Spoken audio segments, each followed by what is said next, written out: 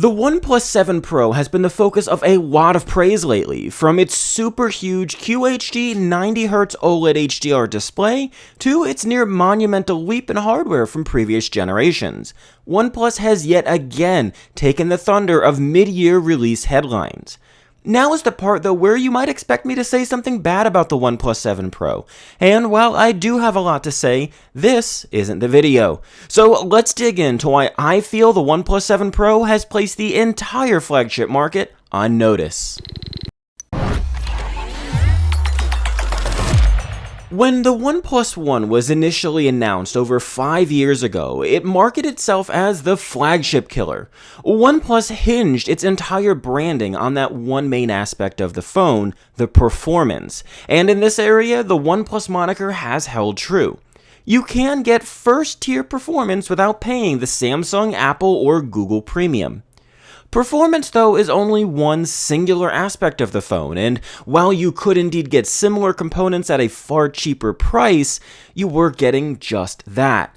In terms of real-world execution, OnePlus phones have always lacked that polish that users of more premium phones demanded and could afford. The OnePlus 6 and OnePlus 6T were fantastic devices with their own charm, but they fell to the similar tropes that have plagued OnePlus since the beginning.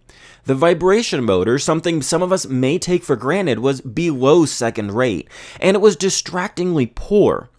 It was like an uncontrollable animal inside of your phone with each key press.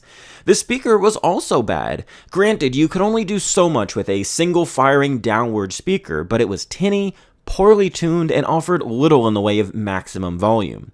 The display was also considerably far behind the competition. OnePlus has been using a 1080p panel in their devices for every generation now, with OLED actually going backwards in effective resolution due to the sub-pixel layout. Fast forward to 2019 though, and the tables have turned quite dramatically. No longer costing $600, the modern Samsung top-tier flagship will run you $1,000 plus, and that's not even counting this year's Note, which should come in at least $1,100. The iPhone XS and XS Max are running the same cost, and Google's flagship is probably the most egregious of them all, coming in at $900 for the Pixel 3 XL for a vastly inferior product in all but two main categories. OnePlus isn't immune to this price keep either, with the OnePlus 7 Pro being the largest single-generation price jump the brand has ever seen. But unlike phones from Samsung, Google, or Apple, this large price bump comes with a significantly better phone. To make all things fair though, the price disparity between the OnePlus One and say the Galaxy S5 is relative to the price disparity between the OnePlus 7 Pro and the Galaxy S10 Plus.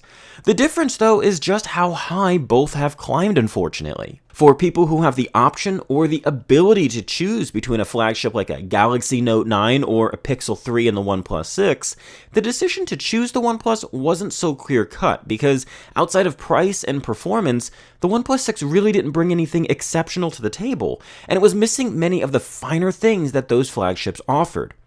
The OnePlus 7 Pro, though, flips the entire equation on its head. That crappy vibration motor? OnePlus replaced it with the best vibration motor you can get on Android today. The single-firing tinny speaker, replaced with two very good-sounding speakers. The outdated but still well-calibrated display?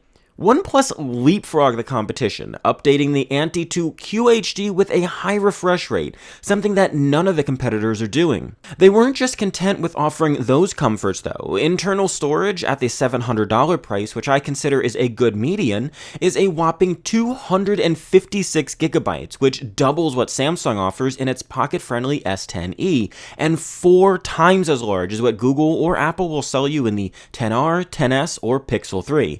And no, it isn't your mainstream UFS 2.1. OnePlus went fresh off the shelf to the high-performance next-gen stuff. These sorts of things are apparent throughout the device, in fact. While Samsung was trying to find creative ways to not call it a notch and removing features, OnePlus innovated with the first mainstream flagship to offer a pop-up selfie camera, and not a single cutout or notch to be found. The OnePlus 7 Pro looks and feels like the future, while Samsung, Apple, and Google appear to still be trying to find the path over. The phone feels more premium than it ever has, from the curved display, which adversely affects usability, but makes it far more premium to feel, and the best feeling buttons I have ever used. OnePlus also improved the fingerprint sensor, making it not only significantly better than the 6T, but faster and more reliable than the technologically superior ultrasonic sensor found on the Galaxy S10. This isn't a fledgling OnePlus that felt as non-premium as its price tag suggested as recently as last year. This is a brand new OnePlus that might shed some users coming to it for affordability and packing a punch at a low cost, but in return, this is a OnePlus phone that looks and feels like no other. A OnePlus phone that can truly stand up against the likes of Apple, Samsung, and Google across many different metrics, and even the finer things that matter like the speaker and the vibration motor. This is the first OnePlus phone that deserves to be sitting next to a Galaxy S10, Apple XS Max, and Google Pixel 3 on store shelves and won't feel out of place. Sure, an official IP rating would have been nice, but it actually doesn't add anything to the device, and wireless charging would have been a nice addition as well, but okay guys, there's really no excuse for that one, but show me a Samsung with 90 Hz, a Pixel 3 with 256 gigs of storage, or an iPhone XS Max without a notch. OnePlus is doing for $700 what Apple, Google, and Samsung want $1,000 for, and in return for a few small omissions, they're truly offering the future. Not just merely offering the same thing the others do at a discount. This is the best OnePlus phone ever made.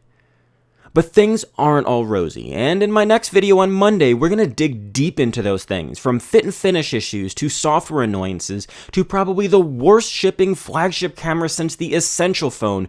There is a lot to give OnePlus grief about, so to balance things as they should be, stay tuned for that upcoming video, and to get notified when it goes live, be sure to click the notification bell, subscribe, and like this video as it really does help out the channel. I'm Daniel Marchena for XDA TV, and I'll see you in the next one.